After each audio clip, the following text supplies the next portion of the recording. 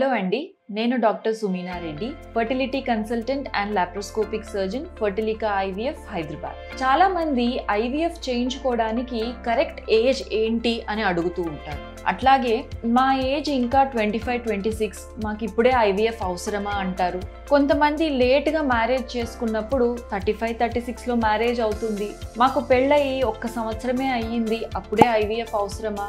ఇట్లాంటి డౌట్స్ ఎన్నో ఉంటాయి. సో ఇవాళ మనం వీడియోలో అసలు ఐవీఎఫ్ ఎప్పుడు చేయించుకోవాలి, దీనికి ఏదైనా కరెక్ట్ ఏజ్ ఉందా అనే దాని గురించి మాట్లాడుకుందాం. సో ముందర కాలంలో మన పెద్దవారు ఉన్నప్పుడు ఒక్కొక్కరికి సులభంగా 5 మంది, 6 మంది, 7 మంది పిల్లలు పుట్టేవారు. కానీ ఇప్పుడు ఒకరిద్దరు పుట్టడం కూడా కష్టమైపోతూ ఉంది. దీనికి కరెక్ట్ రీజన్ ఏంటి అని ఆలోచించినప్పుడు ఆ కాలంలో పెళ్ళిళ్ళు తొందరగా అయ్యేవి, అట్లాగే పిల్లలు కూడా చిన్న ఏజ్లోనే కనేవారు.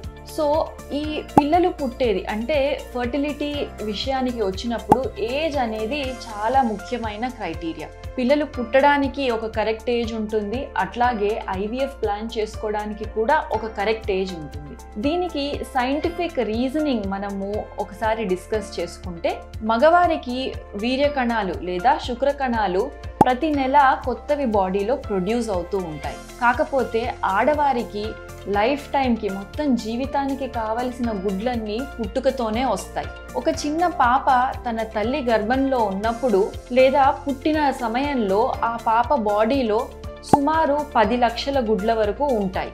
అదే ఆ పాప రజస్వల అంటే ప్యూబర్టీ వచ్చేసరికి, పీరియడ్ స్టార్ట్ అయ్యేసరికి అందులో సగం అంటే 5 లక్షల గుడ్లు మటుకే తన బాడీలో ఉంటాయి. ఇదే అమ్మాయి ఒక 25-30 ఏజ్ వచ్చేసరికి ఆ గుడ్ల సంఖ్య 2 లక్షలకు తగ్గుతుంది. 35 నుంచి 37 ఏజ్ వచ్చేసరికి ఈ గుడ్లు 1,00,000 నుంచి కొంతమందికి 25,000 వరకే పడిపోతాయి. అట్లాగే మెనోపాజ్ అంటే పీరియడ్స్ ఆగిపోయే టైంకి ఈ గుడ్ల సంఖ్య 0కి చేరుతుంది. దీన్ని బట్టి మనకు తెలిసేది ఏజ్ పెరిగే కొద్దీ గుడ్ల సంఖ్య తగ్గుతూ వస్తుంది. అదే 35 ఏజ్ తర్వాత